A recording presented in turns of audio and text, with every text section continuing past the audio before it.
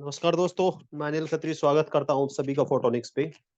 दोस्तों आज का जो वीडियो है वो स्पेसिफिकली बहुत ही डिटेल जो इसका एनालिसिस है वो है हिस्ट्री इसे पॉलिटिकल साइंस का जो कॉन्स्टिट्यूशन से रिलेटेड जो भी एस्पेक्ट है, ठीक है। तो उससे रिलेटेड ये जो टॉपिक रहेगा और इसका जो है ये हेडिंग से कि भी historical evolution making features of constitution, यानी कि मैं आपको ये बताऊं कि इस लेक्चर में क्या हिस्टोरिकल बैकग्राउंड रहे हैं कॉन्स्टिट्यूशन को बनाने में, किस तरीके से इसका इवोल्यूशन हुआ है और जब इसको बना रहे थे तो कौन-कौन सी कमेटीज, ड्राफ्टिंग, क्या-क्या फीचर, ऑल एवरीथिंग जो which are related to the constitution are included in this video, ठीक है। तो सबसे पहले मैं बता दूं कि अशोक यादव सर, ठीक है, तो ये हमारे साथ जो है इसमें हेल्प कर रहे हैं। 13 साल से भी ज्यादा इनका एक्सपीरियंस है ना। यूजीसी नेट गेट और है ना गोल्ड मेडलिस्ट ये रहे हैं। तो देखिए एक बार जो है गोल्ड मेडलिस्ट के साथ में पढ़ने का जो एक एक्सपीरियंस है वो एक ना फील कीजिएगा। और ये जो सीरीज है एचसीएस 2024 को लेके हम चला रहे हैं कि प्री प्लस मेन की ये सीरीज रहेगी, ठीक है। तो फुल स्ट्रेटजी के साथ में इसको जो है कंप्लीट करेंगे। जैसे कल मैंने एक पार्लियामेंट्री कमेटीज के ऊपर जो लेक्चर दिया था तो उसमें क्या था कि सिर्फ एमसीक्यू अगर वो मैं ऑलरेडी प्रिपेयर कर चुका हूँ, तो वो जो है उसका भी डिस्कस करेंगे वीडियो में। तो पार्लियामेंट्री कमेटीज के बारे में उसके अलावा आपको कहीं से भी कुछ पढ़ने की जरूरत नहीं है। तो आज ही मतलब ऐसा ही इस वीडियो के बारे में मैं आपको प्रॉमिस कर रहा हूँ कि कॉन्स्टिट्यूशन से रिलेटेड जितने भी एस्पेक्ट बनते हैं ना, इस वीडियो से बाहर वो एक भी नहीं बचेगा, ठीक है। इसके अंदर सब कुछ इंक्लूड हो जाएगा। आप बस पेशेंस बना के रखिए और आप देखते चलिएगा, ठीक है। तो जल्दबाजी मत कीजिएगा कि मैं कई बार होता क्या है कि एस्पिरेंट जैसे ही देखता है ना कि मुझे ऐसा लग रहा है कि कल भी जो वीडियो था उसमें कईयों को तो ऐसा लगा होगा कि ये लेक्चर 1 है, वही कोई पार्लियामेंट्री कमेटीज, ऐसा नहीं है दोस्तों। आप उसमें देखना एक बार जाके, अच्छे से देखना कि कितना जो है अलग तरीके से मैंने उसको जो है रिप्रेजेंट किया है। देखिए अगर सेम ही चीजें अगर हैं किताबों, तो ये तो आप किताबों में पढ़ सकते हैं। तो यहाँ अगर आप देख रहे हैं तो कुछ ऐसी चीजें कि मैं आपको ट्रिक्स के साथ वो कुछ याद कराऊं, है ना। और कुछ एक निमोनिक्स वगैरह कैसे उनमें यूज किए जाए, तो ये सब जो है वीडियो में मैं आपके सामने रिप्रेजेंट करूंगा। और बहुत सारी चीजों का अमलगमेशन जो है मिक्सचर करके यहाँ के आपके सामने रिप्रेजेंट कराऊं, ठीक है। तो और ग्रुप आप जरूर भी ज्वाइन कीजिएगा, मेरी बार बार रिक्वेस्ट है। देखिए कई बार क्या होता है, कई चीजें आपसे छूट जाती है कि एचसीएस के बारे में कोई नोटिफिकेशन है, कोई कोर्ट के अंदर पेटिशन वगैरह चल रही है, तो ये एक इंडिविजुअल पर्सन जो है वो एक्वायर जो है उसको नहीं कर पाता कहीं से। तो ग्रुप का बेनिफिट ये होगा, जो भी चीजें होंगी वो आपके सामने शेयर कर दी जाएंगी, जिससे थोड़ा सा आपको बेनिफिट मिल जाता है इस बारे में, ठीक है।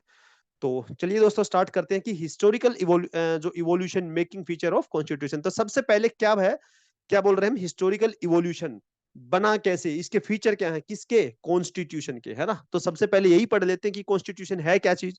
तो कॉन्स्टिट्यूशन क्या चीज है, कॉन्स्टिट्यूशन एक फंडामेंटल लॉ ऑफ लैंड है जो फुलफिल करता है महत्वाकांक्षाएं, एस्पिरेशन है ना, गोल ऑफ सोसाइटी, ठीक है। तो कॉन्स्टिट्यूशन क्या चीज है अपने, कॉन्स्टिट्यूशन एक फंडामेंटल लॉ ऑफ लैंड है, ठीक है। तो फंडामेंटल क्या मतलब होता है कि फंडामेंटल देखे होंगे कि फंडामेंटल आपने फिजिक्स में पढ़ा होगा कि फंडामेंटल यूनिट्स होती है ना। तो बाकी यूनिट्स जो होती हैं उनको डेराइव्ड बोलते हैं, यानी कि वो फंडामेंटल से निकलती हैं। तो फंडामेंटल का मतलब ये होता है कि अगर देश के अंदर आप कानून बना रहे हो कोई भी, तो वो कानून जो है उस fundamental law of land that is constitution से जो है उनका वोलेशन नहीं करना चाहिए। वो कानून ऐसे होने चाहिए जो कि उनसे तालमेल करे, किससे, कॉन्स्टिट्यूशन से। क्योंकि वो फंडामेंटल लॉ ऑफ लैंड है, ठीक है। तो फंडामेंटल ये है।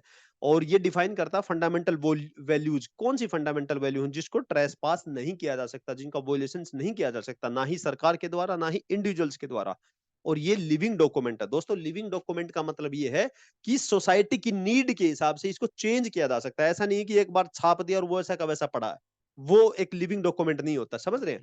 तो कैसे ये लिविंग है, इसके अंदर जो है सोसाइटी के अंदर जो भी चेंज आ रहे हैं तो उस हिसाब से ये क्या कर रहा है, अपने आप में चेंज लेके आ रहा है। कैसे चेंज आ रहे हैं, अमेंडमेंट टू द कॉन्स्टिट्यूशन। ये आपने देखा होगा कि पार्लियामेंट जो है भी, ये जो पार्लियामेंट के अंदर क्या चल रहा है, अभी सेशंस चल रहे हैं। पार्लियामेंट तो 4 सेशन होते हैं, मैंने कल बता दिया आपको। तो पहला जो होता है बजट सेशन, ठीक है। इसके बाद कौन सा आएगा, इसके बाद आता है मॉनसून सेशन, ठीक है। और ये विंटर सेशन, ठीक है। और ये फोर्थ जो रहेगा स्पेशल सेशन, है ना। तो ये 4 सेशन, तो इन सेशन में बैठ के किया क्या जाता है कि ड्राफ्ट बनाए जाते हैं, पुराने जो कानून है जो अब रिलीवेंट नहीं है उनके अंदर संशोधन किया जाता है, समझ गए? तो इस तरीके से जो होता है इनको अमेंड किया जाता है, जुडिशियल इंटरप्रिटेशन और जजमेंट किया जाता है, ठीक है?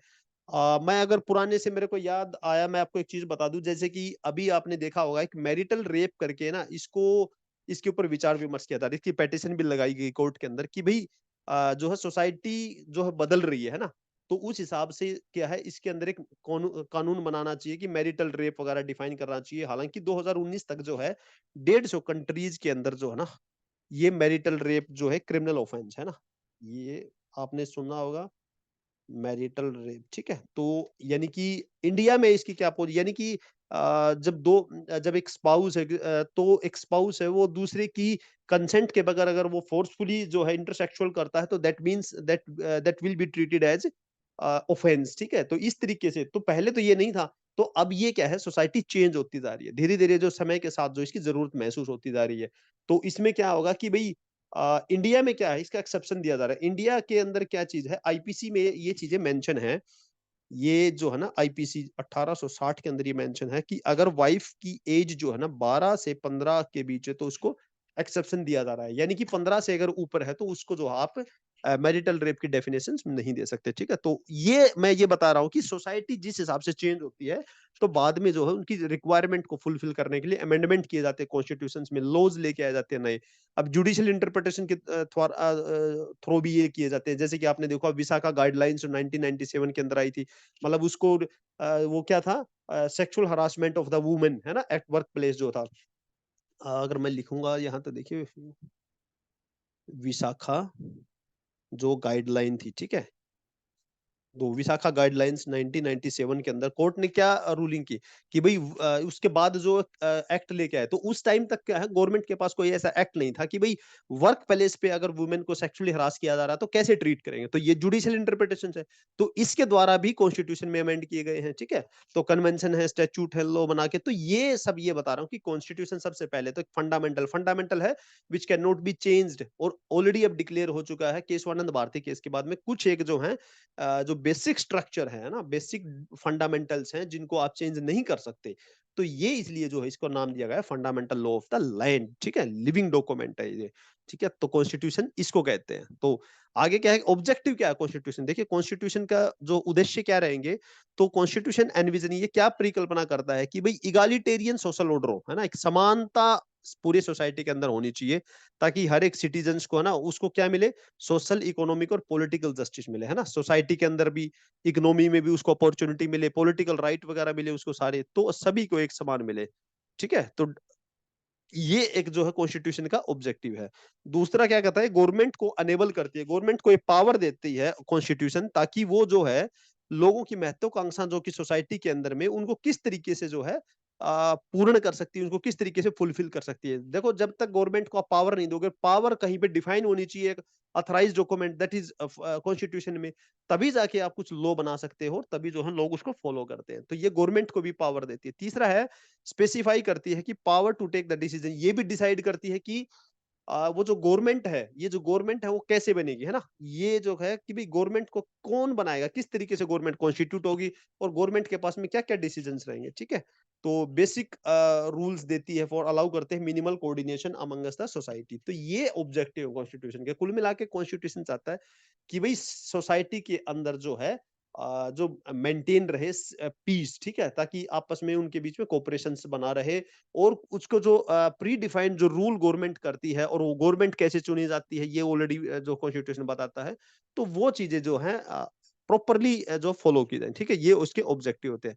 अब एक शब्द आता है कॉन्स्टिट्यूशनलिज्म, ठीक है, तो आपने ये सुना भी होगा, और ये ऑब्जेक्टिव में भी आया हुआ दोस्तों, ये मैं आपको दिखाऊं, कॉन्स्टिट्यूशनलिज्म ऑब्जेक्टिव में भी आया कि what is the meaning of constitutionalism, तो बहुत से लिखा है जो है बंदों ने क्या लिखा कि भाई constitutionalism is that the country which follow the constitution, है ना, द विच, दूसरा ऑप्शन में कि भाई the country which have own constitution, तो ये कॉन्स्टिट्यूशन कॉन्स्टिट्यूशनलिज्म बोला, लेकिन एक्चुअल में कॉन्स्टिट्यूशनलिज्म क्या चीज है, ये वेस्टर्न पॉलिटिकल फिलोसफी है, ठीक है, जो कि किसके ऊपर बेस है कि गवर्नमेंट की अथॉरिटी इज ड्राइव्ड फ्रॉम, कहां से निकाले गवर्नमेंट अपनी अथॉरिटी कहां से निकालते हैं, पीपल से, and should be limited by constitution, यानी कि आप सीधे शब्दों में कह सकते हो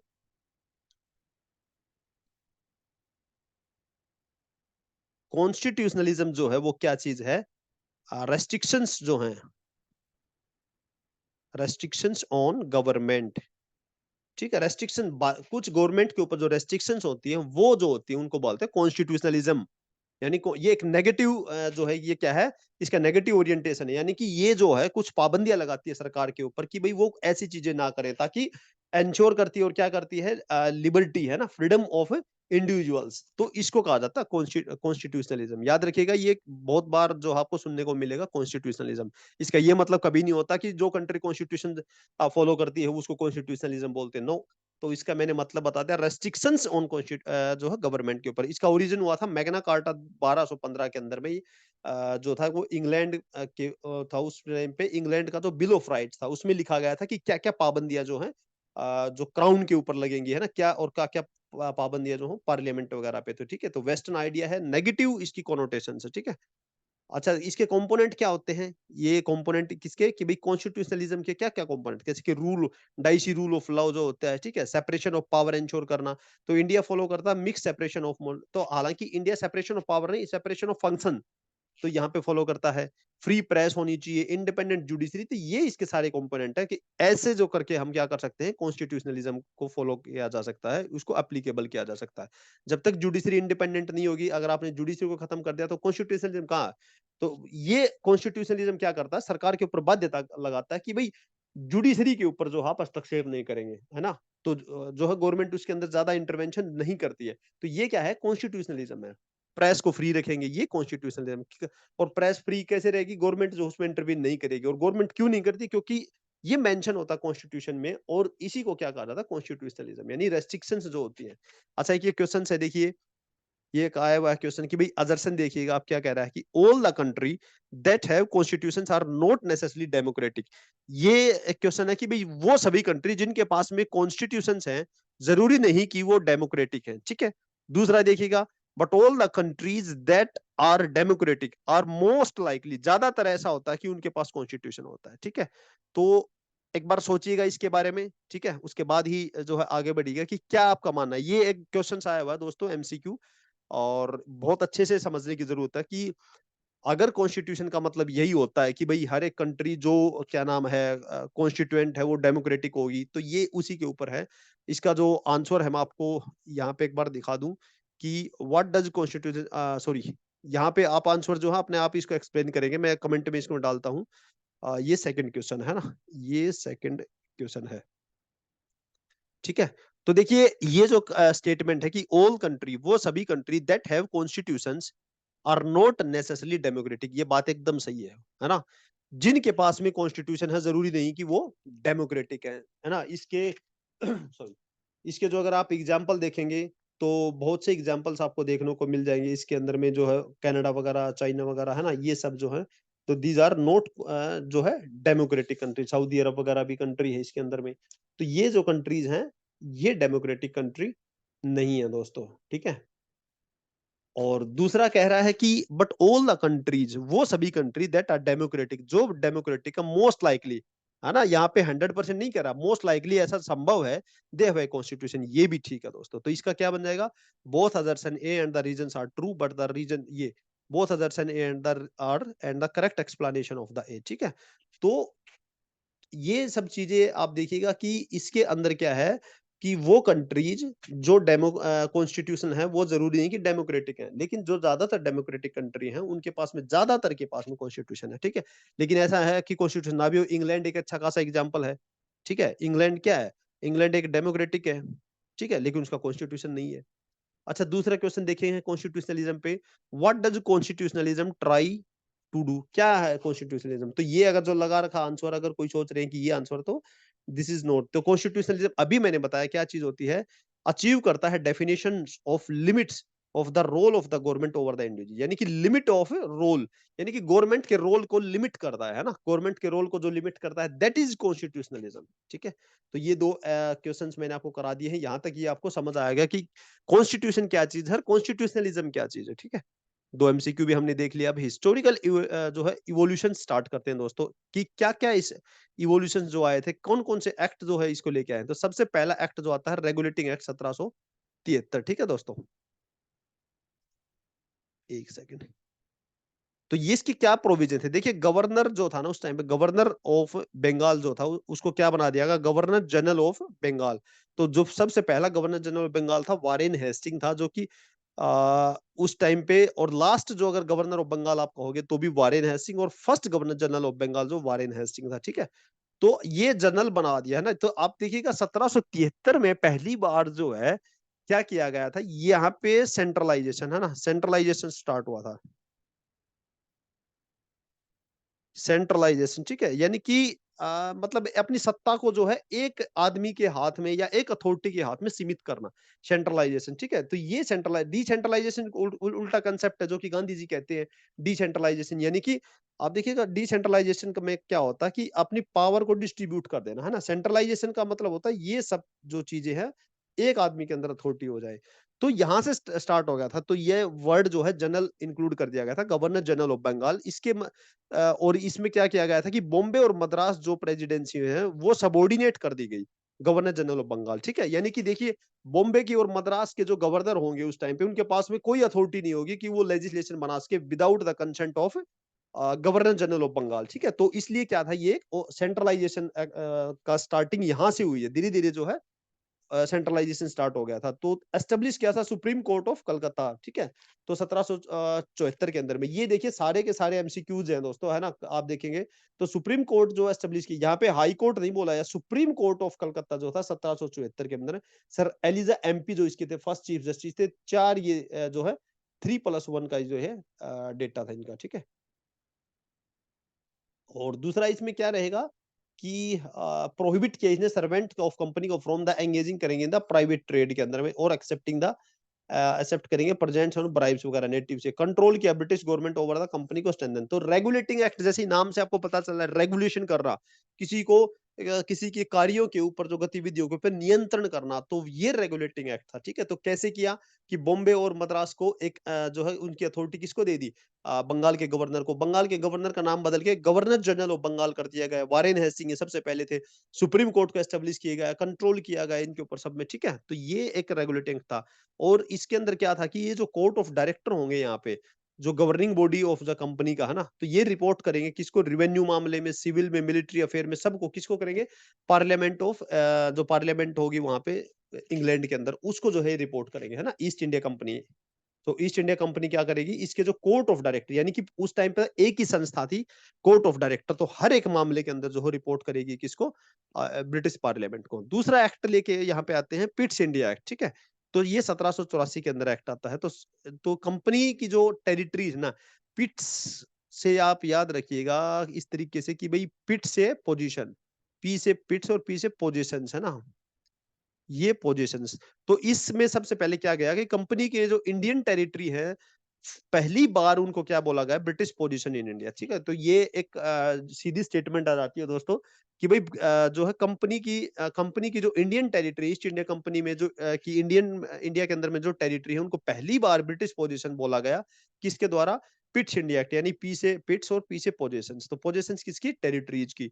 तो ठीक है। और डिस्टिंग्विश किया गया क्या, अलग अलग कर दिया गया कमर्शियल और पॉलिटिकल फंक्शन। देखिए अगर आपको पोजीशन रखनी है टेरिटरी की, तो आपको क्या करना पड़ेगा, एक अलग से बोर्ड बनाना पड़ेगा, है ना, जो उस पर्टिकुलर प्रॉपर्टी को देखे, ठीक है। तो आप इस तरीके से समझ लीजिएगा, ये एक निमोनिक्स है।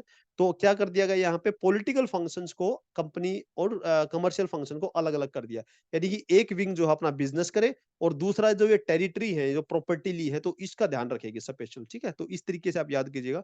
तो तीसरा है कि डबल गवर्नमेंट को इंट्रोड्यूस किया गया था, ठीक है। डबल गवर्नमेंट देखिएगा, एक कमर्शियल डील कर रही है, पॉलिटिकल डील कर रही है। कोर्ट ऑफ डायरेक्टर मैनेज करेंगे द कमर्शियल अफेयर को, ठीक है। तो डायरेक्टर क्या होते हैं, कंपनी में होते हैं, ऐसे भी आप याद रख सकते हैं। डायरेक्टर्स कहाँ होते हैं, कंपनी के अंदर डायरेक्टर होते हैं। एक नई बॉडी थी जिसको बोला गया बोर्ड ऑफ कंट्रोल। कंट्रोल किसके ऊपर, जमीन के ऊपर, टेरिटरी के ऊपर। तो ये क्या करेगी, पॉलिटिकल अफेयर, ठीक है। तो ये सिर्फ मैं आपको याद करने के लिए बता रहा हूँ कि भाई डायरेक्टर आपने अक्सर किस में सुनते हो, तो डायरेक्टर होते हैं कंपनी के, और कंपनी का काम होता है कमर्शियल बिजनेस देखना, है ना। तो ये बिजनेस होता है। और बोर्ड ऑफ कंट्रोल बोलेंगे, कंट्रोल किसके ऊपर होता है, कंट्रोल जमीन के ऊपर, तो पॉलिटिकल अफेयर के ऊपर कंट्रोल करना, इसको बोलते हैं बोर्ड ऑफ कंट्रोल। तो डबल गवर्नमेंट का इंट्रोड्यूस जो था पिट्स इंडिया एक्ट से, ठीक है। आगे आता है चार्टर एक्ट। चार्टर एक्ट 1813 में इसने अबोलिश कर दिया किस चीज को, trade monopoly of the east India company, ठीक है। ये डिट्टो क्वेश्चन आया हुआ दोस्तों यूपीएससी के अंदर में 2017 में कि भाई जो है अबोलिश कर दिया, तो अब आप कुछ ये कहेंगे कि जी कंप्लीटली अबोलिश नहीं किया, लेकिन इससे शब्द कहा था कि अबोलिश, बिल्कुल अबोलिश कर दिया था, मोनोपोली वहां से खत्म हो गई थी कंपनी की। और एक्सेप्ट, ये बात की बात है कि किस चीज के लिए, except trade in tea and the trade with China, यानी चाइना के साथ जो भी ट्रेड कर रही है ईस्ट इंडिया कंपनी, वो पूरा का पूरा एक्सेप्शन जो हो वो चाइना के साथ ईस्ट इंडिया कंपनी ही करेगी। और चाय का जो ट्रेड इंडिया में जो ईस्ट इंडिया कंपनी कर रही है उसके लिए मोनोपोली है, बाकी सब खत्म कर दी। तो शब्द जो है अबोलिस्ट हम बिल्कुल यूज करेंगे, अबोलिश कर दिया ट्रेड मोनोपोली को, तो 1813 के चार्टर ने, ठीक है। तो इसने अलाउ कर दिया क्रिश्चियन मिशनरीज को टू स्प्रेड करे वेस्टर्न एजुकेशन, और इसके लिए 1 लाख रुपए जो है हर साल जो है गवर्नमेंट स्पेंड करेगी, हालांकि कभी किए नहीं ये, लेकिन डॉक्यूमेंट्री एविडेंस है कि भाई ऐसा बोला गया था, ठीक है। तो अब ये आता है कि चार्टर जो एक्ट 1833 है अगला, तो ये फाइनल स्टेप टुवर्ड सेंट्रलाइजेशन, ठीक है। तो देखो मैंने पहला बताया कि यहां से सेंट्रलाइजेशन स्टार्ट हुआ था रेगुलेटिंग एक्ट से, ठीक है, पहला स्टेप। अब ये कहें कि फर्स्ट स्टेप टुवर्ड्स सेंट्रलाइजेशन, तो सेंट्रलाइजेशन का पहला स्टेप जो आता, सबसे पहली बार जब रेगुलेशन किया 1773 में, यही आ गया था। और फाइनल स्टेप ये कहां होता है, फाइनल स्टेप होता है जी 1833 में। यहां तक आते आते एकदम मतलब इतना सिस्टम को सेंट्रलाइज कर दिया गया। गवर्नर जनरल ऑफ जो बंगाल था उसको क्या बना दिया, गवर्नर जनरल ऑफ इंडिया। अब तक तो वो बंगाल का जो गवर्नर जनरल था, अब ये पूरे इंडिया का। और जो पहला गवर्नर जनरल था ये था लॉर्ड विलियम एंटिक। अच्छा मैं एक चीज आपको और याद दिला दूं यहाँ पे, जैसे कि ये जितने भी वो उस टाइम के जो गवर्नर जनरल हुए ना, 1773 से लेके और 1947 तक, मैं ये आपको अश्योर करवा रहा हूँ दोस्तों, ये लगभग लगभग 35 से 36 गवर्नर जनरल हैं। इनका टाइम पीरियड और इनके नाम, ये मैं आपको एक वीडियो दूंगा आपको ना, ये मानिए 99% मैं गारंटी दे रहा हूँ, और लगभग ये तो 100 ही है, पर एक दो एक्सेप्शन ऐसे हो जाते हैं कि सर मुझे तो याद नहीं हुआ। तो देखिए इसलिए 99% मैं आपको अश्योर करा रहा हूँ कि आपको ये टाइम पीरियड और इनके वायसराय के नाम याद हो जाएंगे। और ये जरूरी भी है दोस्तों हिस्ट्री के अंदर। ये क्यों जरूरी है, अगर आपको टाइम फ्रेम पता चल जाए तो आप ये बता सकते हैं कि कौन उस टाइम पे गवर्नर जनरल होगा, ठीक है। तो इससे क्या है कि कई एमसीक्यूज को सोल्व करने में, एलिमिनेशन में बहुत ज्यादा मदद मिलती है। और ये मात्र 1 या 2 वीडियो बनेगा, और ये बहुत ही जरूरी हो जाएगा। और ऐसे ही कॉन्स्टिट्यूशन के अंदर मैं बताऊं आपको कि शेड्यूल 1 से लेके शेड्यूल 12 के अंदर में जितने भी ये जो एक्ट है, इन सबको मैं आपको कवर करवाऊंगा, ठीक है। तो जितने भी पार्ट है ना, जैसे सॉरी, जैसे कि 22 पार्ट है, तो 22 के 22 पार्ट में कौन कौन से आर्टिकल है और किससे रिलेटेड है, ये मैं आपको याद करवाऊंगा। इसके लिए भी एक वीडियो बनाऊंगा, ठीक है। और 1833 में क्या किया कि लॉ जो भी थे, है ना, ये एक बार आप ध्यान से देखिएगा, जो भी लॉज थे made under the previous act, जो पिछले एक्ट थे 1833 से पहले जो भी एक्ट थे, कौन कौन से थे, 1813 का था, 1793 था, 1784 था, 1773, इन सब के तहत जो भी जो एक्ट थे, इन सब के तहत जो भी बनाए गए थे, उनको क्या बोलते थे, उनको रेगुलेशन कहा जाएगा।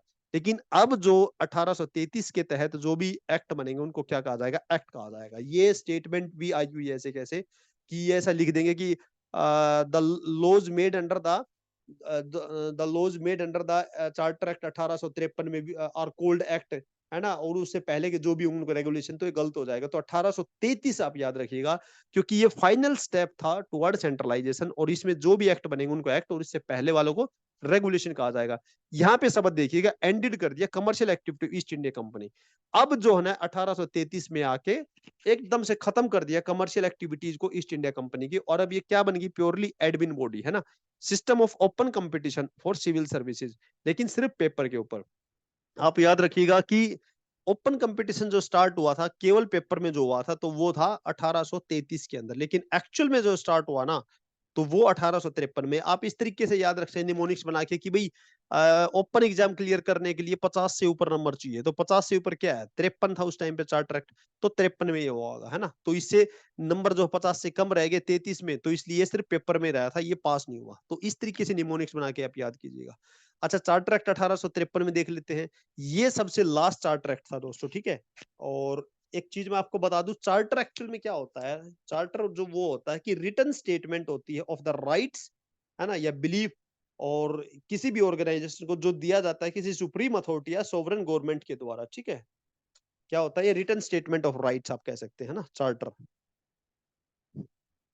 चार्टर क्या चीज होता है, रिटन स्टेटमेंट ऑफ राइट्स, ठीक है, written statement of rights given by sovereign authority, है ना, टू द सबऑर्डिनेट को। तो ये चार्टर है, यानी लिखित में किसी को उसके अधिकार देना, दैट इज चार्टर है। तो ये चार्टर एक्ट तो सबसे लास्ट में था। चार्टर एक्ट कितने आए थे? 5 चार्टर एक्ट आए थे, ठीक है। जो सबसे पहला जो आया था 1793 का, फिर 1813, फिर 33 का, फिर 53 का, ठीक है। तो ये सारे के सारे जो है चार्टर एक्ट थे, ठीक है दोस्तों। और एक सेकंड,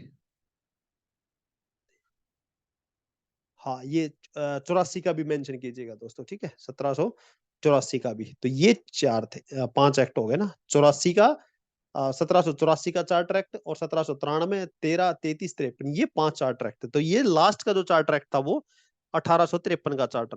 तो इसने क्या कर दिया, देखिए पहली बार अगर हमारा जो पार्लियामेंट्री सिस्टम अगर हमें झलक देखने को मिलती है, इंडियन पार्लियामेंट सिस्टम जो आज है, वो पहली बार अगर देखने को मिलता है उसकी झलक, तो चार्टर एक्ट 1853 में इसने क्या किया था, सेपरेट कर दिया था लेजिस्लेशन को, एग्जीक्यूटिव से अलग कर दिया था। लेजिस्लेशन क्या होता है आज इंडिया में?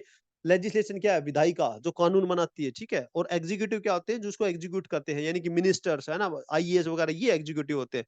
तो पहली बार लेजिस्लेशन फंक्शन को एग्जीक्यूटिव से अलग किया गया था गवर्नर जनरल की काउंसिल में। इसका मतलब पहले क्या होता था, कानून भी वही बनाते थे और लागू भी वही करते थे, तो अलग अलग काम कर दिया गया। और इंडिया में आज क्या देखते हैं आप, लेजिस्लेशन जो है एग्जीक्यूटिव से अलग है। तो पहली जो आज की जो पार्लियामेंट, उसकी झलक कहां देखने को मिलती है? चार्टर एक्ट 1853 में। इसने एस्टेब्लिश किया था एक सेपरेट गवर्नर जनरल की लेजिस्लेटिव काउंसिल, जिसके अंदर में जिसको क्या बोला गया था, इंडियन या सेंट्रल लेजिस्लेटिव काउंसिल, जिसके अंदर 6 मेंबर थे, ठीक है, विद लोकल रिप्रेजेंटेशन। तो 6 बंदे जो थे, और वो क्या करेंगे, लेजिस्लेट करेंगे, है ना, कानून बनाएंगे। दिस लेजिस्लेचर विंग जो थी, काउंसिल फंक्शन करती थी, मिनी पार्लियामेंट की तरह काम करती थी, ठीक है। तो legislation was treated as a special function of government, पहली बार। तो पहली बार रिकॉग्नाइज किया कि भाई कानून बनाना जो गवर्नमेंट का एक अलग से फंक्शन होना चाहिए, और ये स्पेशल फंक्शन है। अब देखिएगा, open competency system for civil service in spirit, अब ये जो एक्चुअली फॉलो किया गया था। इसलिए मैंने क्या क्या बताया, अगर आपको ओपन में रियल में अगर वो पेपर पास करना, तो 50 से ऊपर नंबर होने चाहिए। तो इससे क्या समझेंगे आप, तो वो 53 में ये लागू किया गया है, ठीक है। और Macaulay committee on the civil service appointment जो की गई थी 1854 में, यानी 1854 के अंदर में, मैकॉले कमेटी, ठीक है दोस्तों। ये आप देखिएगा, मैकॉले कमेटी जो है वो सिविल सर्विस के ऊपर थी। मैकॉले कमेटी 1835 में जो आई थी, हालांकि वो ब्रिटिश एजुकेशन सिस्टम को लेके थी, यानी कि मोड ऑफ एजुकेशन क्या होना चाहिए। लेकिन जो सिविल सर्विस के ऊपर भी बनी थी, वो थी 1854 में, ठीक है। और ये ऐसा पूछा भी जाता गया है क्वेश्चन में कि भाई मैकॉले कमेटी जो सिविल सर्विस में थे, किस एक्ट, चार्टर एक्ट के तहत उसको रिकमेंडेशन दिया गया, तो 1853 के तहत, ठीक है। अब आता गवर्नमेंट ऑफ इंडिया एक्ट जो 1858 को गुड गवर्नमेंट एक्ट भी इसको कहा गया है। तो गवर्नर जनरल जो ऑफ इंडिया को, उसको वायसराय का टाइटल अभी दे दिया गया है। पहला जो था लॉर्ड कैनिंग। अब एक बात यहाँ ध्यान रखिएगा, जो वायसराय का टाइटल दिया गया गवर्नर जनरल ऑफ इंडिया को, यहाँ गवर्नर जनरल ऑफ इंडिया का टाइटल खत्म नहीं किया गया, इन एडिशन इसको दिया गया है, ठीक है। ये चीजें आपको शायद कई एस्पिरेंट को क्लियर ना हो, कि वायसराय का टाइटल जो है एडिशन में दिया गया है। System of double government ended, double government कहां पे गई थी? पिट्स इंडिया एक्ट के अंदर मैंने बताया था कि अगर उसने पोजीशन, पिट से पोजीशन, जमीन की पोजीशन ली थी, तो पोजीशन के लिए क्या है, एक अलग से जो है क्या बनाया था, बोर्ड ऑफ कंट्रोल, है ना, बोर्ड ऑफ कंट्रोल जो था। तो ये डबल गवर्नमेंट स्टार्ट हुई थी पिट्स इंडिया एक्ट 1784 में। अब ये आके 1858 में खत्म हो रही है, लगभग 60-70 साल के बाद में। तो ये डबल गवर्नमेंट को खत्म कर दिया। क्यों कर दिया? देखिए, गवर्नमेंट ऑफ इंडिया एक्ट 1858 जो आया था, ये 1857 की क्रांति के बाद में आया था, ठीक है। तो इसके बाद में जो पूरी की पूरी ईस्ट इंडिया कंपनी की पावर वो ट्रांसफर हो गई थी ब्रिटिश क्राउन के पास में। तो उन्होंने जो है इस अपने हिसाब से उनको रिप्रेजेंट किया। तो ये वायसराय जो होता था, वो क्या होता था, ब्रिटिश क्राउन का रिप्रेजेंटेटिव होता था ना, ब्रिटिश क्राउन का रिप्रेजेंटेटिव करेगा, है ना, ब्रिटिश क्राउन का। ये थोड़ा-सा आप एडजस्ट कीजिएगा, अगर मैं लिखने लगा तो टाइम बहुत कंज्यूम हो जाएगा इसमें। तो ब्रिटिश क्राउन का ये रिप्रेजेंटेटिव था वायसराय, ठीक है? तो सिस्टम ऑफ डबल गवर्नमेंट खत्म कर दिया गया। नया office of secretary for the India member of the British cabinet, 15 जो है इसके जो है मेंबर होंगे इसको असिस्ट करने के लिए। तो ये ऑफिस बनाया गया। ये जो था, ये किसको रिपोर्ट करेंगे? ब्रिटिश पार्लियामेंट को, ठीक है? तो वायसराय किसको रिप्रेजेंट करेगा? ये करेगा ब्रिटिश क्राउन को, और जो सेक्रेटरी रिप्रेजेंट करेगा, ये एक मिनिस्टर होता था, तो ये ब्रिटिश पार्लियामेंट को, ब्रिटिश कैबिनेट का minister, government of India act 18। और 1861 में आया, तो यहां से स्टार्ट होता है रिप्रेजेंटेटिव इंस्टीट्यूशन। और यहाँ पे इंडियंस विद द लॉ, यानी कि इंडियंस को पहली बार 1861 में, और ये उन इंडियंस को जब 1857 की क्रांति हुई, तो जो ब्रिटिश वो थे, क्या नाम है, प्रिंसली स्टेट थे जिन्होंने ब्रिटिश की मदद की थी, तो उनको क्या करने के लिए, उनको बेनिफिट देने के लिए, उनके साथ अपनी सिंपैथी दिखाने के लिए ब्रिटिशर ने क्या किया था, उनके तीन जो है ना, तीन जो है उनके प्रिंसेस को अपने इनके सिस्टम में ऐड किया गया था। कहाँ पे? इंडियंस को लॉ मेकिंग प्रोसेस के, लॉ मेकिंग 1861 के अंदर, ठीक है। तो ये क्वेश्चंस में मैं डाल दूंगा कि उनके नाम क्या क्या थे। रिस्टोर्ड किया लेजिस्लेटिव पावर बॉम्बे और मद्रास। यहाँ पे देखिए 1833 के अंदर में फाइनल स्टेप ऑफ सेंट्रलाइजेशन। तो 1861 से क्या होता है, डिसेंट्रलाइजेशन स्टार्ट होता है ना। यहां से डिसेंट्रलाइजेशन स्टार्ट होता है, यानी कि पावर को अब डिस्ट्रीब्यूट करना शुरू कर दिया, क्योंकि ये बातें ऑलरेडी देख ली थी ब्रिटिशर ने कि भाई पावर अगर अपने हाथ में एक सेंट्रलाइजेशन कर दी तो ये सिस्टम जो होता है गलत हो जाएगा। तो पोर्टफोलियो सिस्टम, यानी कि अलग अलग मंत्री को अलग अलग विभाग दे दिया गया, ये भी एक डिसेंट्रलाइजेशन का ही पार्ट है। एम्पावर्ड द वायसराय को टू इश्यू द ऑर्डिनेंस, यानी कि अध्यादेश जारी करने की शक्ति जो है वायसराय को दी गई, ठीक है, इंडिया के अंदर में। ये 1861 में किया गया। अच्छा, काउंसिल एक्ट 1892 में क्या हुआ, इसने इंक्रीज कर दिया number of additional non official member in the central. तो सेंटर के अंदर भी जो है लेजिस्लेचर्स की संख्या, जो जो भी क्या नाम थे, लेजिस्लेचर जो थी उसकी संख्या बढ़ा दी गई है ना। और ये जो मेंबर्स थे, मेंबर्स की संख्या बढ़ा दी गई लेजिस्लेटिव असेंबली में। और ऑफिशियल मेजोरिटी, यानी कि सेंटर के अंदर जो मेजोरिटी थी अभी भी ऑफिशियल मेजोरिटी थी। ऑफिशियल का मतलब जो ब्रिटिश गवर्नमेंट अभी भी पावर बनाए हुए थी, यानी कि कोई भी अगर लॉ वगैरह अमेंड करना होगा, नया बनाना होगा, तो ब्रिटिशर के पास में अभी भी पावर थी सेंट्रल, कहाँ पे, लेजिस्लेटिव में। और दूसरे में क्या है, इंक्रीज कर दिया फंक्शंस ऑफ लेजिस्लेटिव काउंसिल के भी फंक्शन बढ़ा दिए गए, उनको भी पावर दी गई ताकि वो फंक्शन डिस्कस कर सकते हैं, बजट को रेडर्स करते हैं क्वेश्चन टू एग्जीक्यूट, है ना। तो वो क्वेश्चन भी कर सकते हैं एग्जीक्यूटिव से और बजट को डिस्कस कर सकते हैं, लेकिन सप्लीमेंट्री क्वेश्चंस अभी पूछने की पावर उनको नहीं दी गई, ठीक है।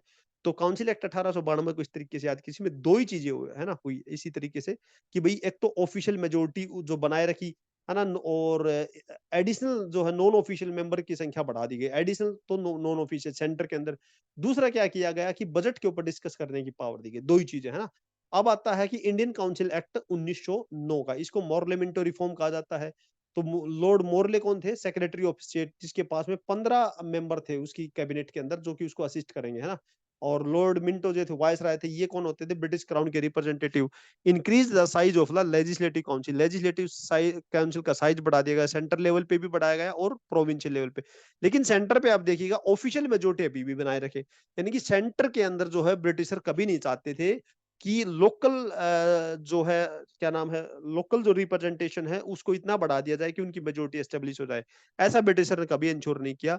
तो ब्रिटिशर ने नॉन ऑफिशियल मेजोरिटी यहाँ इंट्रोड्यूस जरूर कर दी, कहाँ पे, प्रांतों के अंदर में जो है हमारी लोकल गवर्नमेंट की मेजोरिटी इंश्योर करी। तो मेंबर्स को अलाउ किया गया। तो सप्लीमेंट्री क्वेश्चन देखिए, वो 1892 में उनको अलाउ नहीं था, वो क्वेश्चन तो पूछ सकते थे लेकिन सप्लीमेंट्री क्वेश्चन नहीं, ठीक है। और रिजोल्यूशन लेके आ सकते हैं बजट के ऊपर में। और association for the Indians first time executive council, देखिए अभी तक इंडियंस जो थे ना 1861 में मैंने बताया लॉ मेकिंग के अंदर उनको ऐड किया गया था, लेकिन पहली बार 1909 के अंदर एग्जीक्यूटिव काउंसिल। आपको बता दूं अभी जो एग्जीक्यूटिव को सुप्रीम माना गया था, ठीक है। पहले क्या होता था, एग्जीक्यूटिव सुपीरियर होती थी ब्रिटिश टाइम के अंदर और लेजिस्लेटिव उसके नीचे होती थी। तो एग्जीक्यूटिव के अंदर पहली बार जो है वायसराय के एग्जीक्यूटिव काउंसिल में 1909 के अंदर जो है उसको एंट्री दी गई और वो थे सत्येंद्र नाथ सिन्हा, ठीक है। तो सत्येंद्र सिन्हा जो थे first Indian to join the viceroy की एग्जीक्यूटिव काउंसिल में, ठीक है, याद रखिएगा। तो सत्येंद्र से कैसे याद रखता है कि भाई सत्य की जीत होती है, तो सत्य की जीत कहाँ हुई, एग्जीक्यूटिव काउंसिल में, यानी कि हमें भी एग्जीक्यूशन का मौका मिला, ठीक है। तो ये 1909 के अंदर में पार्लियामेंटरी रिफॉर्म है ना, इंट्रोड्यूस किया सेपरेट इलेक्टोरेट सिस्टम, ठीक है। तो किसके लिए, मुस्लिम वोटर के लिए अलग, मुस्लिम वोटर जो मुस्लिम इलेक्टेड पर्सन होंगे उनको मुस्लिम ही वोट डालेंगे, दैट इज कॉल्ड लेजिस्लेटिव, क्या नाम है, सेपरेट लेजिस्लेशन। तो लॉर्ड मिंटो को क्या कहा जाता है, फादर ऑफ कम्युनल इलेक्टोरेट, ठीक है। अच्छा, दूसरा ये आता है गवर्नमेंट ऑफ एक्ट 1999। ये क्या है कि भाई इसको मॉन्टेग्यू चेम्सफोर्ड भी कहा जाता है। मॉन्टेग्यू कौन थे, सेक्रेटरी ऑफ द स्टेट थे। और ये वायसराय जो थे चेम्सफोर्ड थे। डिमार्केट कर दिया, सेपरेटिंग कर दिया सेंट्रल प्रोविंशियल सब्जेक्ट को 1919 के अंदर। देखिए दो बार 1919 यूज हो रहा है, यानी कि अलग अलग कर दिया, इसको अलग 19 दे दिया, इसको अलग। तो इस तरीके से याद रखिएगा, यहाँ पे ये इसको सेंटर, ये जो है प्रोविंस को, ठीक है। तो अलग अलग क्या कर दिया गया, इनको पावर दे दी गई, ठीक है। तो और यहाँ पे क्या है, डायरकी एट प्रोविंस, यानी कि प्रांतों के अंदर द्वैध शासन लगा दिए। डायरकी का मतलब होता है दो सब्जेक्ट बना दिए गए, यानी ट्रांसफर्ड सब्जेक्ट और रिजर्व सब्जेक्ट। ट्रांसफर्ड में क्या हो सकता है, इसको एडमिनिस्टर किया जाएगा गवर्नर के द्वारा। देखिए दोनों सब्जेक्ट को जो है डील करेंगे गवर्नर ही, लेकिन यहाँ पे क्या कर रहा है कि with the aid of the minister, उन मिनिस्टर की सहायता से जो कि रिस्पॉन्सिबल है लेजिस्लेटिव काउंसिल, यानी कि जो हमारे लोकल मिनिस्टर हैं जिनको जनता भेजती थी, ठीक है, नोट मतलब यूनिवर्सल फ्रेंचाइज, ऐसा नहीं कि सभी वोट देते थे, लेकिन जो लोकल मिनिस्टर होते थे वो जो कानून बनाते थे उनको जो है मतलब सिस्टम को जो डील करता था वो गवर्नर ही करता था, उसको बोलते थे ट्रांसफर्ड सब्जेक्ट है, ठीक है। और दूसरे होते थे रिजर्व्ड, इनको एडमिनिस्टर किया जाता गवर्नर। दोनों में ये याद रखिएगा, ऐसा नहीं है कि अगर लिख दिया जाए कि they are administered by the minister, गलत हो जाएगा। एडमिनिस्टर कौन करेगा, गवर्नर ही करता था। यहाँ पे क्या करता था, एंड हिज एग्जीक्यूटिव काउंसिल, ठीक है। तो यहाँ पे मिनिस्टर का कोई रोल नहीं होता था रिजर्व सब्जेक्ट में, ठीक है। तो इंट्रोड्यूस किया गया बाई कैमरलिज्म, दो सदन, है ना, and direct election, Indian legislative council divided into.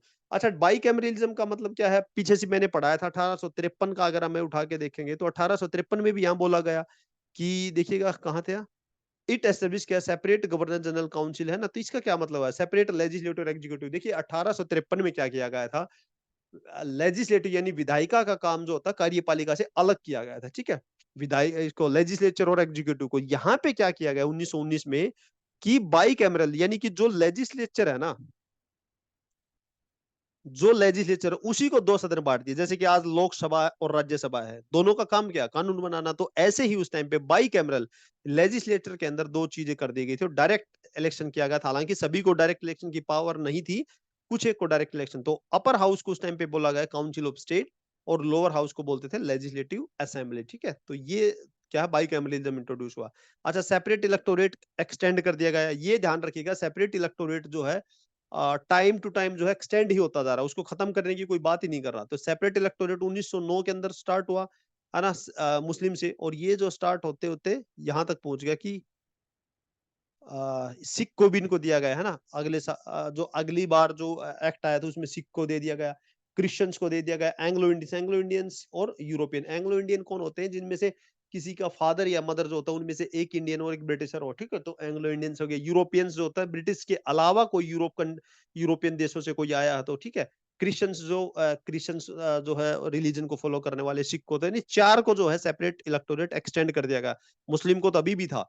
तो granted the franchise to limited number of the people, है ना। फ्रेंचाइजी यानी वोट देने का अधिकार कुछ को दिया गया है, किसके बेस पे, प्रॉपर्टी टैक्स और एजुकेशन के आधार पे, ठीक है।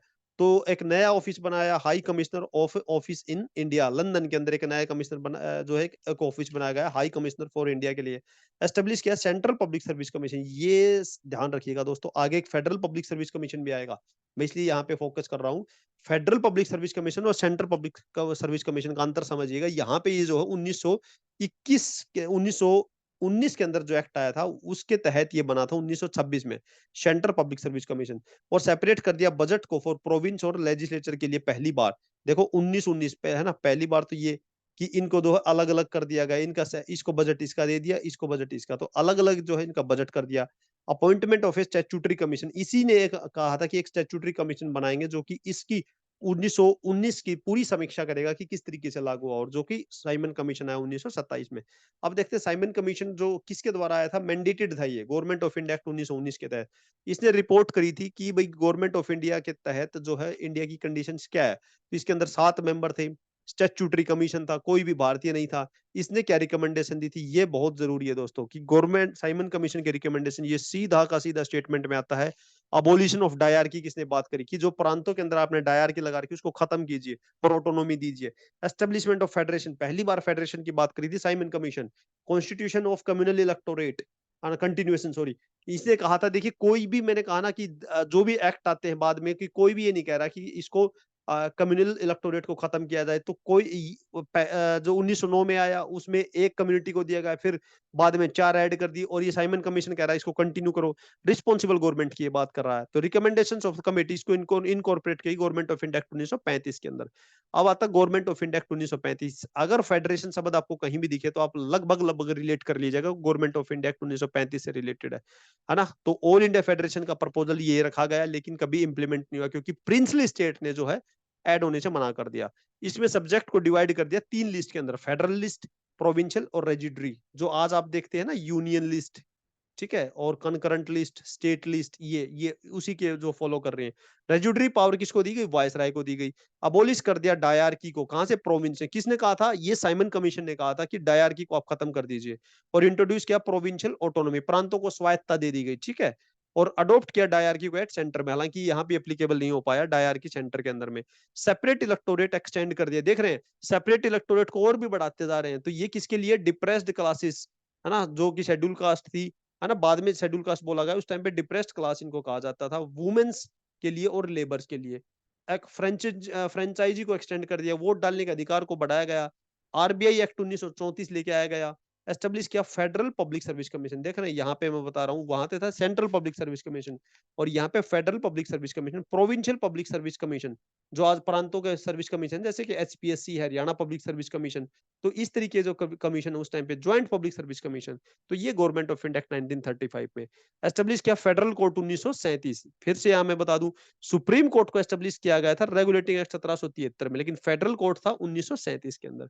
अब आता है इंडियन इंडिपेंडेंस एक्ट 1947। इसने डिक्लेयर किया इंडिया को एक इंडिपेंडेंट और सोवरेन स्टेट 15 अगस्त 1947। अच्छा, यहाँ क्वेश्चन एक ये भी उठता है कि कई बार कि भाई हिस्ट्री जो है कोज एंड इफेक्ट है, तो 15 अगस्त को ही जो है ब्रिटिशर ने क्यों जो है डेट को ऑप्ट किया था? वाई 15 अगस्त? तो देखिए इसके पीछे कारण ये है, ऐसा है कि भाई 12-13 को क्यों वो नहीं किया गया? तो 15 अगस्त को जो है माउंट बैटन जो थे, उनको ये बोला गया है कि आप सितंबर या अगस्त में कोई भी एक जो है डेट डिसाइड करके बता दे, ताकि इसको जो है फ्रीडम को इंश्योर करेंगे इनका, है ना, तो ट्रांसफर ऑफ पावर करेंगे। तो 15 अगस्त को इसलिए चुना गया क्योंकि जो 15 अगस्त जो है, इसी दिन जापान ने क्या किया था? जापान ने क्या किया था? 15 अगस्त 1945 में सेकंड वर्ल्ड वॉर में सरेंडर कर दिया था, ठीक है। तो जापान के सरेंडर को रिमेम्बराइज करने के लिए, कि उसको याद रखा जाए, तो 15 अगस्त का जो डेट को माउंट बेटन ने जो है ऑप्ट किया था, ठीक है, 15 अगस्त को। तो सेकेंड एनिवर्सरी थी ये, ठीक है, जापान की। फ्रीडम एट जो है मिडनाइट, एक किताब है जो कि खुद माउंट बेटन ने लिखी हुई है, तो उसमें ये बात उन्होंने कही हुई है, ठीक है। तो क्या है ये?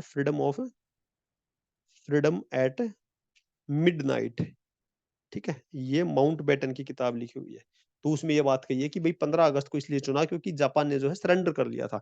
तो इंडियन इंडिपेंडेंस एक्ट ने क्या किया था कि भाई पार्टीशन कर दिया था ऑफ टू डोमिनियंस का, है ना। तो सबसे पहले दो डोमिनियन का पार्टिसिपेट जो है पार्टीशन हुआ था। अबोलिश कर दिया था किस चीज को? ऑफिस ऑफ वायसराय को। देखिए, एंड ऑफिस ऑफ सेक्रेटरी, दो ऑफिस जो बने थे ना अलग से। वायसराय कौन था? क्राउन का रिप्रेजेंटेटिव, उसके ऑफिस को खत्म कर दिया।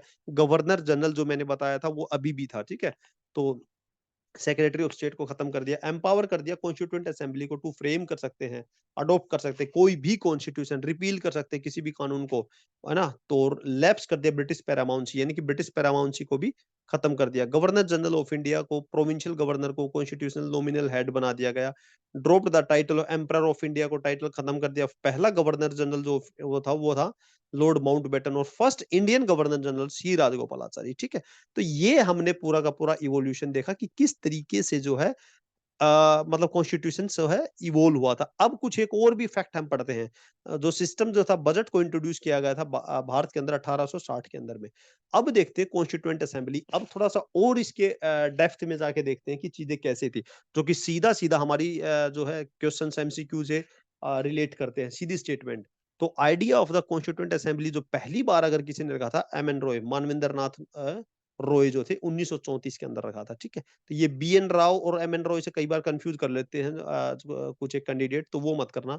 एम एन रॉय है ना। तो एम एन रॉय क्या था? उसने पहली बार कॉन्स्टिट्यूंट असेंबली के लिए क्या रखा? आइडिया जो दिया था कॉन्स्टिट्यूंट असेंबली के लिए, ठीक है, संविधान की। और इंडियन नेशनल कांग्रेस ने पहली बार अगर ऑफिशियली डिमांड अगर करी थी कॉन्स्टिट्यूंट असेंबली की, वो करी थी 1935 में। तो याद रखिएगा, सबसे पहले करा था एम एन रॉय ने 1934 में। अगले ही साल 1935 के अंदर किसने करा? इंडियन नेशनल कांग्रेस ने ऑफिशियली डिमांड करी। और ब्रिटिशर ने पहली बार इस डिमांड को कब एक्सेप्ट किया? अगस्त ऑफर 1940 में, जब सेकंड वर्ल्ड वॉर 1939 में शुरू हो चुका था, तब जो है ब्रिटिशर ने मतलब इंडियंस को इन्वॉल्व करने के लिए अगस्त ऑफर में ये बात मान ली कि ठीक है, कॉन्स्टिट्यूएंट असेंबली बनाई जाएगी 1940 में। तो कॉन्स्टिट्यूशन ड्रू करता अपनी अथॉरिटी इस फैक्ट से कि जो मेंबर ऑफ कॉन्स्टिट्यूएंट असेंबली को एंगेज थे in one might call public reasons, यानी कि वहां पे पब्लिक डिलिब्रेशंस भी बहुत हुई, ठीक है, प्रिंसिपल ऑफ डिलिब्रेशन। अच्छा, कॉन्स्टिट्यूशनल एडवाइजर कौन था? किसका? कॉन्स्टिट्यूएंट असेंबली का कॉन्स्टिट्यूशनल एडवाइजर। कॉन्स्टिट्यूशन का एडवाइज किया था था? बी एन राव, है ना? तो बी एन राव से आप इस तरीके से याद रख सकते हैं कि बाबा अंबेडकर जो थे वो कॉन्स्टिट्यूशन बना रहे थे। तो कॉन्स्टिट्यूशन के सलाहकार कौन थे? वो भी क्या नाम है? बी एन राव, है ना? बाबा अंबेडकर मत करना यहाँ पे, बी से याद रख लेना कि बाबा अंबेडकर जो थे, तो बी एन राव जो थे वो क्या थे? इसके कॉन्स्टिट्यूशनल एडवाइजर थे। ड्राफ्टिंग कमेटी के जो हेड थे वो डॉक्टर बी आर अम्बेडकर थे। अच्छा, introduction of the universal suffrage, ये एक बहुत अच्छा पॉइंट है कि इंट्रोडक्शन करना यूनिवर्सल सफरेज यानी कि अडल्ट फ्रेंचाइजी, ठीक है? 18 साल यानी कि उस टाइम पे जो भी एज थी 21 साल जो भी, तो उस एज से ऊपर जितने भी सभी होंगे 21 साल से, तो उनको क्या करेंगे? यूनिवर्सल सफरेज, सभी को वोट डालने का अधिकार होगा। ये केवल अकेला only one provision in the constitution which pass without the any debate. तो ये जो है स्टेटमेंट में आ सकता है दोस्तों। ओनली देख के बिल्कुल इसके जो कंफ्यूज मत होइएगा कि यार ओनली कैसे हो सकता है। तो अकेला ऐसा जो प्रोविजन था कॉन्स्टिट्यूशन के अंदर जिसके ऊपर में बिना कोई डिबेट, है ना, ये सब ने मंजूर कर लिया था कि भाई यूनिवर्सल सफरेज होना चाहिए। तो constituent assembly was constituted under the scheme formulated bye cabinet mission. तो ये कॉन्स्टिट्यूएंट असेंबली किस स्कीम के तहत बनी थी? कैबिनेट मिशन प्लान 1946 में आई थी। इसके कौन कौन मेंबर थे? पैथिक लॉरेंस, स्टैफर्ड क्रिप्स और एवी अलेक्जेंडर, ठीक है, 3 मेंबर थे। अच्छा, टोटल मेंबरशिप थी 389 किसकी? ये कॉन्स्टिट्यूएंट असेंबली की 389, 389, है ना? 389 इस तरीके से। और जो ब्रिटिश इंडिया से यानी कि प्रोविंसेस से थे वो 296 और सीट से थे 93, ठीक है? तो आप ये समझिएगा कि प्रोविंस ज्यादा थे और प्रिंसली स्टेट कम थे ना, तो 93। और सीट एलोकेटेड क्या, किस प्रोपोर्शन में सीट एलोकेशन हुई थी? यानी कि 10 लाख पे जो है 10 लाख पे एक सीट को एलोकेट किया गया था, ठीक है? डिवीजन किया गया था अमंग द 3 प्रिंसिपल कम्युनिटीज के बीच में, जैसे कि मुस्लिम के लिए अलग हो गया, सिख के लिए, और बाकी सबको एक जनरल में डाल दिया गया। कॉन्स्टिट्यूएंट असेंबली जो थी पार्टली जो थी इलेक्टेड थी और पार्टली नॉमिनेटेड की गई थी, ठीक है? ऐसा नहीं है कि, और इलेक्टेड जो थी वो डायरेक्टली इलेक्टेड नहीं थी, वो क्या था कि इनडायरेक्टली इलेक्टेड थी, ठीक है? तो लिमिटेड फ्रेंचाइजी थी जो ये किसको? लोगों को, और उसके द्वारा वो क्या करते थे? मेंबर्स को चुनते थे प्रोविंशियल असेंबली के। और ये जो प्रोविंशियल असेंबली के मेंबर थे, ये किसको, इन्होंने किसको इलेक्ट किया था? उन मेंबर्स को जो कि कॉन्स्टिट्यूएंट असेंबली के अंदर जाएंगे, ठीक है? तो ये थोड़ा सीक्वेंस समझिएगा। Assembly does not include Mahatma Gandhi, और इसके 11 सेशन हुए हैं दोस्तों, ठीक है? ये 11 सेशन हुए, 2 साल 11 महीने 18 दिन के अंदर कॉन्स्टिट्यूशन कंप्लीट हुआ है। और जो फाइनल सेशन जो इसका हुआ 24 जनवरी 1950 को हुआ है, ठीक है? और यहां से क्या हुआ? कंटिन्यूड किया इसके दिन जो है, इसके बाद क्या हुआ था? 26 नवंबर जो है 1949 ने, हालांकि कॉन्स्टिट्यूएंट असेंबली ने क्या किया था कि as a constituent assembly work करना बंद कर दिया था। और बाद में जो है, जब तक फर्स्ट जनरल इलेक्शन नहीं हो जाते तब तक इसने क्या किया था? प्रोविजनल पार्लियामेंट का काम किया था, ठीक है? तो कॉन्स्टिट्यूएंट असेंबली काम कैसे करती थी? इसकी पहली जो मीटिंग हुई थी 9 दिसंबर 1946 को हुई थी, ठीक है जी? और टेम्परेरी प्रेसिडेंट जो थे सच्चिदानंद सिन्हा थे। बाद में डॉक्टर राजेंद्र प्रसाद को बनाया गया 11 तारीख को, ठीक है? 11 दिसंबर को, 2 दिन के बाद 13 तारीख को जो है क्या कर दिया गया? ये ऑब्जेक्टिव रिजोल्यूशन पास किया गया 13 तारीख को, ठीक है? वाइस प्रेसिडेंट 2 थे, एच मुखर्जी और वीटी कृष्णचारी। वाई से, वी से याद रखना वाइस, और वी से वीटी कृष्णामचारी और एच मुखर्जी।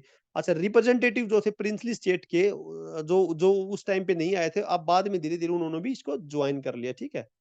और मेजर कमेटीज देखते हैं, 8 मेजर कमेटी थी, ठीक है? और बाकी माइनर कमेटी। तो मेजर कमेटी में जहां यूनियन शब्द आए ना दोस्तों, तो आप उसको जवाहरलाल नेहरू से रिलेट कर देना सीधा।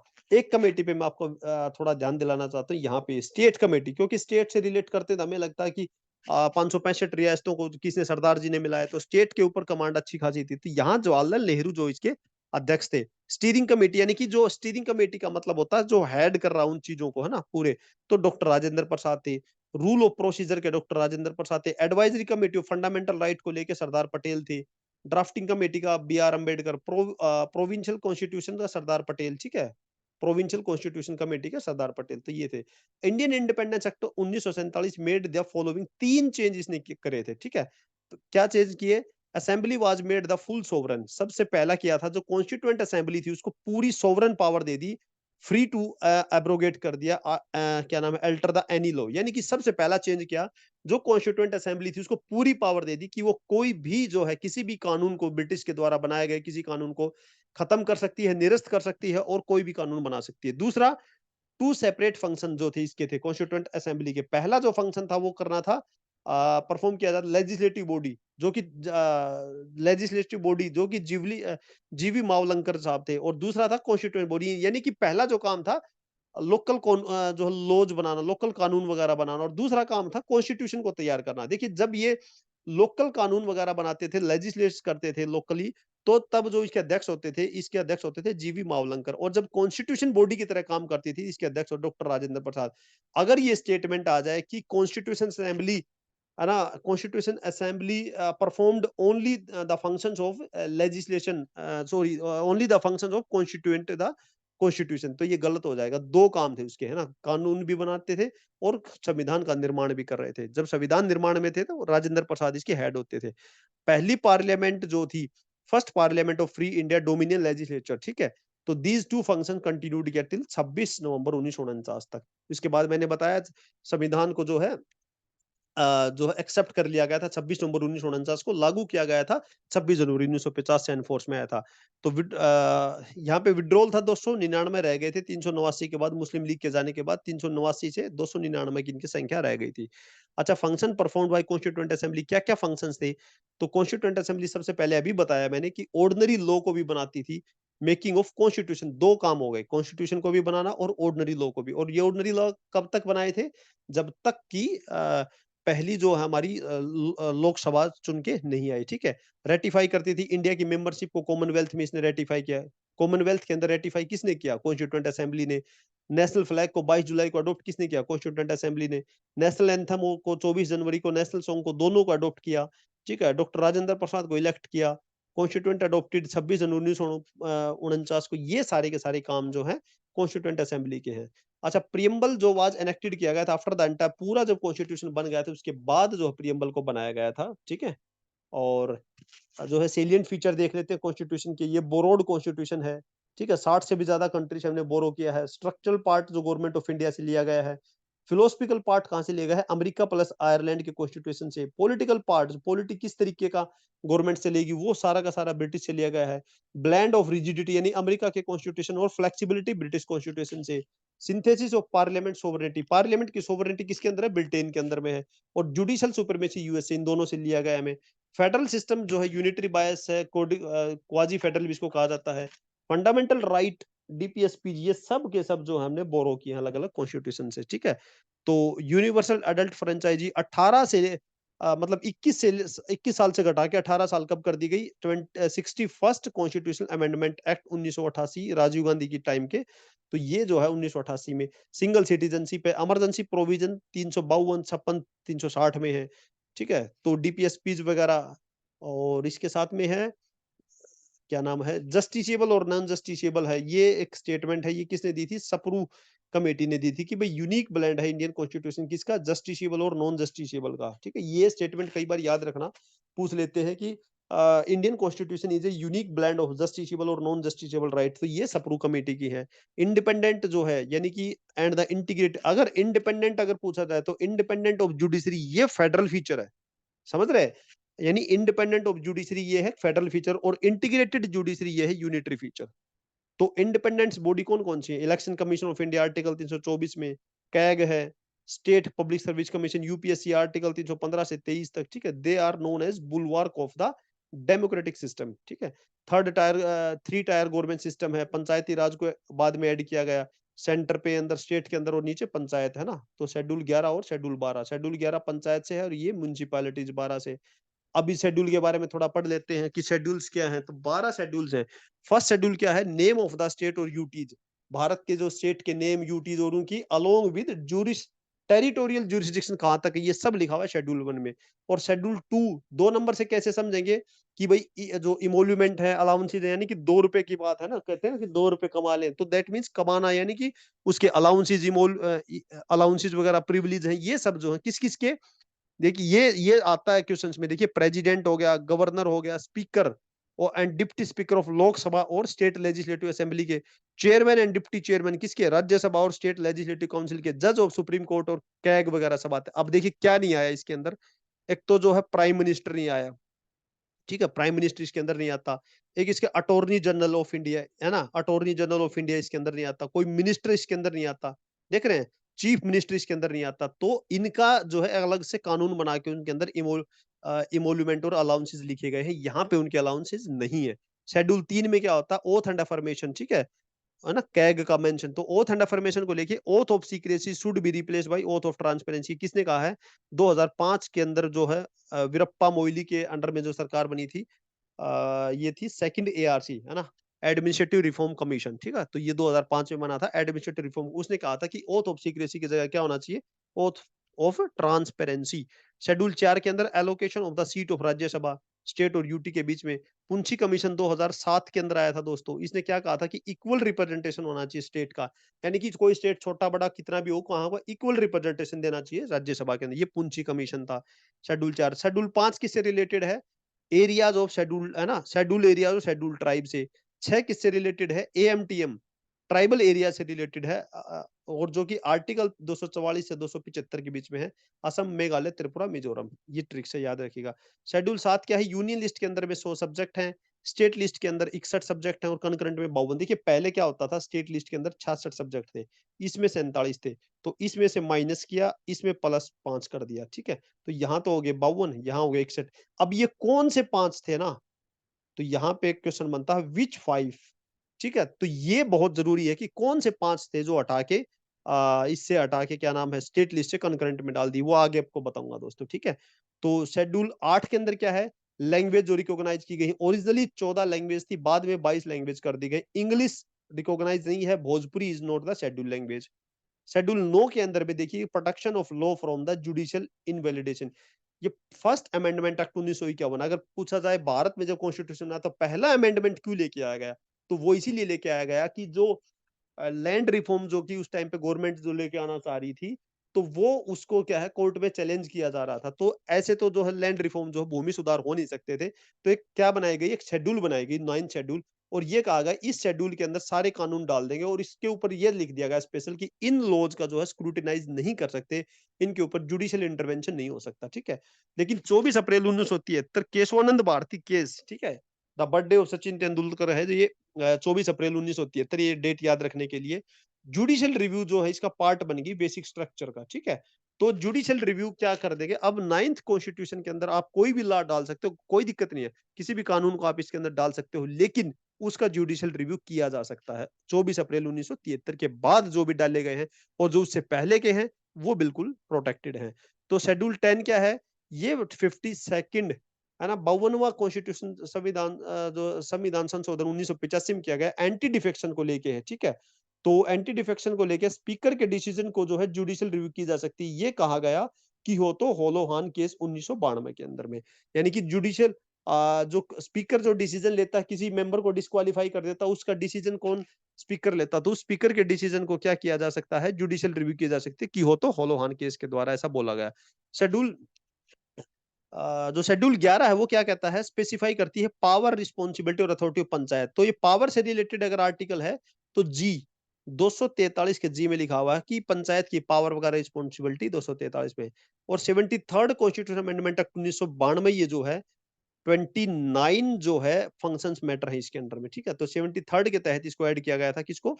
पंचायत को। और 74th के तहत म्यूनिसिपैलिटी को। और इसके पास 29 मैटर है, इसके पास 18 मैटर रहेंगे, ठीक है। तो ये 12th शेड्यूल हो गई दोस्तों। अब पढ़ लेते हैं कि मैंने बताया कि कौन से 5 वो ऐसे थे जो कि स्टेट लिस्ट से हटा के कंकरेंट में डाल दिए गए, ठीक है। और ये डाले गए 42nd अमेंडमेंट एक्ट 1976 में। तो सबसे पहला फॉरेस्ट, दूसरा वेट एंड मेजर, तीसरा प्रोटेक्शन ऑफ वाइल्ड लाइफ। देखिए दो तो आप ऐसे ही रिलेट कर लोगे, फॉरेस्ट अगर आ गया तो वाइल्ड लाइफ भी आ गया ना, फॉरेस्ट और वाइल्ड लाइफ को रिलेट कर लेना। दूसरा हो गया justice orientation and subordinate court, यानी कोर्ट वगैरह के ऊपर जो है स्टेट को हम नहीं दे सकते, है ना, इस तरीके से याद कर लेंगे, जस्टिस को भी नहीं दे सकते, जस्टिस स्टेट को नहीं देंगे। ये क्या करेंगे हम, जो है इसको इंक्लूड करेंगे, क्या नाम है इसमें, कंकरेंट में। वेट और मेजर, यानी कि वेट और मेजर यार अगर स्टेट को दे दिया तो कोई स्टेट किसी हिसाब से वेट करेगा, कोई किसी, तो इस तरीके से आप याद करेंगे। वेट और मेजर को भी वहां से निकाला गया। एजुकेशन, प्राइमरी एजुकेशन अभी भी स्टेट के पास में थी, लेकिन एजुकेशन को ओवरऑल हटा के किसके पास कर दिया गया? कंकरेंट में इसको डाल दिया गया, ठीक है। तो ये 5 वो सब्जेक्ट थे। अच्छा, सेपरेशन ऑफ पावर है वो जो कॉन्स्टिट्यूशन में क्या है, वो है किस तरीके से डिफाइन इंडिया के अंदर? इंडिया में क्या है, सेपरेशन ऑफ फंक्शन फॉलो किया जाता है, याद रखिएगा। इंडिया में सेपरेशन ऑफ फंक्शन फॉलो किया जाता है रादर देन पावर, ठीक है। जैसे कि यूएस के अंदर होता है ना concept of separation of power, India के अंदर इतना स्ट्रिक्टली फॉलो नहीं किया जा सकता, ठीक है, और ना ही होता है। आर्टिकल 50 क्या कहता है? ऑब्लिगेशन लगाता है ओवर द स्टेट के ऊपर टू सेपरेट करो जुडिशरी को एग्जीक्यूटिव से जो है अलग करना है, ठीक है। ये आर्टिकल 123 क्या आता है कि making the power of president in certain condition, देखो प्रेसिडेंट क्या है, खुद एग्जीक्यूटिव है और वो क्या कर सकता है, कानून बना सकता है, तो यहाँ पे सेपरेशन इतनी स्ट्रिक्ट नहीं है। तो आर्टिकल 121 और 211 ये कहता है लेजिस्लेचर कैन नॉट डिस्कस करेगी कंडक्ट ऑफ ए जज ऑफ ए सुप्रीम कोर्ट या हाई कोर्ट का, है ना, they can only be in case of impeachment. तो ये कुछ एक आर्टिकल है सेपरेशन ऑफ पावर, जहां पे है कि भाई इंडिया में जो सेपरेशन ऑफ फंक्शन है, न कि सेपरेशन ऑफ पावर।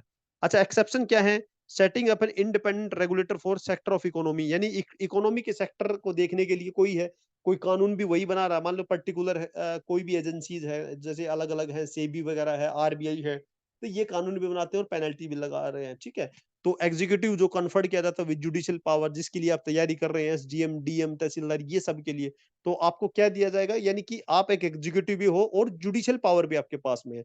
तो यहाँ पे एक्सेप्शन है, सेपरेशन ऑफ पावर कहाँ हुई फिर, आप ही एग्जीक्यूटिव वगैरह, आप ही जुडिशियल पावर भी आपके पास में है। तो पार्लियामेंट्री फॉर्म ऑफ गवर्नमेंट, बिल्कुल एग्जीक्यूटिव और मेंबर ऑफ लेजिस्लेचर, जो मंत्री होते हैं, मिनिस्टर होते हैं, वो किसके मेंबर होते हैं, वो पार्ट होते हैं लेजिस्लेचर के, लेकिन वो क्या वर्क क्या करते हैं, एग्जीक्यूटिव का, टेम्परेरी एग्जीक्यूटिव, ठीक है। तो ये स्कीम्स है, member of parliament of local area development, ये जो है सब इसके एक्सेप्शन हैं। अच्छा, कॉन्स्टिट्यूशन के सोर्स कहाँ से, ये देख लेते हैं, गवर्नमेंट ऑफ इंडिया से। ये बहुत ही जरूरी है, एक बार आप थोड़ा सा जो है ना, आई थिंक काफी लंबा हो गया होगा लेक्चर, बस जस्ट थोड़ा सा पेशेंस और आप रखिएगा, ये लास्ट है। और जैसे मैंने पहले ही कहा था, कोई एस्पिरेंट ये अगर एचसीएस के लिए अगर आप पर्टिकुलर तैयारी कर रहे हैं ना, तो टाइम को इतना जो है ना मेजर मत कीजिएगा कि भाई इतना लंबा होगा, इतना, तो आप ये देखिएगा कितना क्वालिटी कंटेंट मैंने इसमें डाल रखा है। इसके अलावा आपको कुछ कहीं से भी सीखने की जरूरत नहीं है। तो गवर्नमेंट ऑफ इंडिया एक्ट 1935 से क्या क्या लिया गया, 2/3 कॉन्स्टिट्यूशन जो है वो यहीं से लिया गया है। ब्रिटिश फेडरल स्कीम्स, है ना, जो, और ऑफिस ऑफ गवर्नर, गवर्नर का ऑफिस कहां से लिया गया है, government of India act 1935। Judiciary, judiciary USA से नहीं ली गई है दोस्तों, जुडिशरी 1935 के एक्ट से ली गई है। पब्लिक सर्विस कमीशन 1935 से लेगा। इमरजेंसी प्रोविजन जर्मनी से नहीं लिए गए हैं, वो मैं आगे चल के बताऊंगा कि कौन से जर्मनी से। जर्मनी से emergency provision government of India act 1935 से है। एडमिनिस्ट्रेटिव डिटेल सब 1935 से। ब्रिटिश से क्या लिया हमने, पार्लियामेंट्री गवर्नमेंट कैसे बनेगी, पार्लियामेंट, है ना, 2 सदन होंगे, किस तरीके से रूल बनेंगे, ये सब पार्लियामेंट ब्रिटिश से लिया। Rule of law, dicey rule of law. Legislature procedure क्या होगा, सिंगल सिटीजनशिप। कैबिनेट सिस्टम ये हमने यहाँ से सीखा। रिट कहाँ से, ब्रिटिश कॉन्स्टिट्यूशन से। पार्लियामेंट्री प्रिविलेज क्या क्या होंगी, है ना, पार्लियामेंट्री प्रिविलेज आर्टिकल 105 के तहत दी जाती है वो। बाइकैमरलिज्म कैसा होगा, और ये first pass the post system, ये भी हमने ब्रिटेन से लिया है। फर्स्ट पास द पोस्ट क्या होता है, अगर कोई कैंडिडेट चुनाव में सबसे अधिक वोट ले आता है तो उसको विजयी घोषित मान लिया जाता है। उसको जरूरी नहीं है कि 50% से ऊपर हो। ये 50% वाला केस जो होता है, प्रोपोर्शनल रिप्रेजेंटेशन जहां होती है वहां पे चलता है। तो फर्स्ट पास्ट में अगर वो 20% भी लिया है, बाकी सबसे ऊपर है, तो उसको जो है इलेक्शन में डिक्लेयर जो उसका विन कर दिया जाएगा। यूएस से क्या लिया है हमने, फंडामेंटल राइट लिए है ना, fundamental rights. Independent of judiciary, यानी जुडिशरी 1935 से लिया है, लेकिन इंडिपेंडेंट ऑफ जुडिशरी यूएसए से लिया है। जुडिशियल रिव्यू यूएसए से। इम्पीचमेंट करेंगे प्रेसिडेंट का, ये यूएसए से। और सुप्रीम कोर्ट का और हाई कोर्ट के जजेस को हटाना और vice post of the vice president, ये सब यूएसए से लिया।